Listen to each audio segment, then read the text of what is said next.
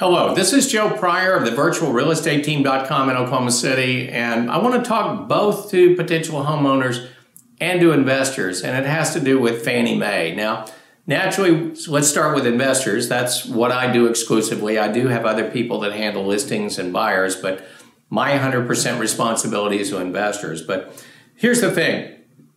If you buy a single-family home, that is one mortgage, and I've spoken previously about the 10 mortgage limit that Fannie Mae has, which means that your existing home that you live in, if there's a mortgage, a second home, and then any investment homes, that Fannie Mae is going to cut you off after 10 properties.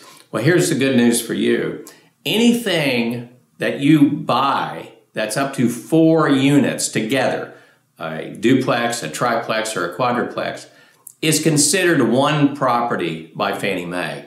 So what this does, it gives you the ability to really maximize the amount of rental units that you have. You know, I'm not saying that you're going to buy 8 quadruplexes, you know, and have 32 rental properties, but you may throw in some duplexes, for instance, that allow you, especially as you're getting towards that 10 limit, that allow you to have one mortgage, but, you know, double your capacity for cash flow. And so it's good for you.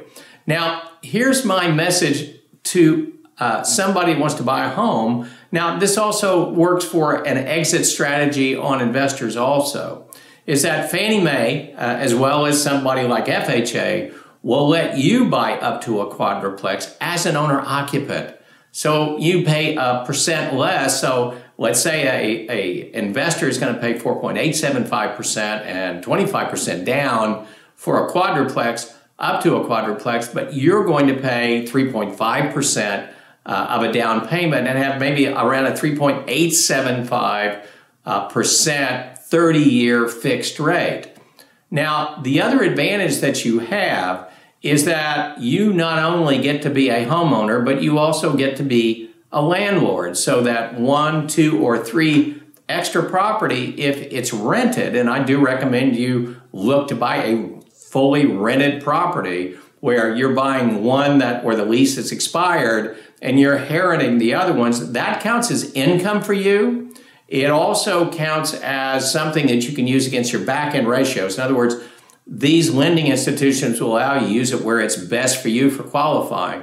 Now, here's the really great thing is that your cost of living goes way down, because if we're talking about between $300 and $500 a unit in terms of positive cash flow, or possibly even more, then that's that much money that you can take off in terms of living in the unit that you're in, to the extent that it is possible to live virtually for no money out every month, because essentially the mortgage is pretty well covered depending on how you buy.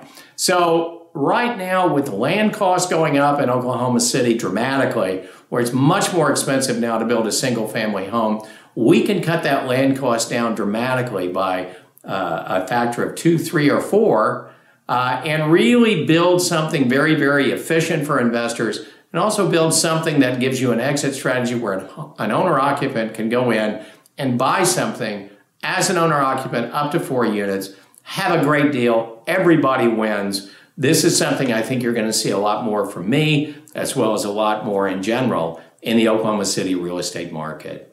This is Joe Pryor of the virtualrealestateteam.com in Oklahoma City, where we deliver traditional real estate values at the speed of technology.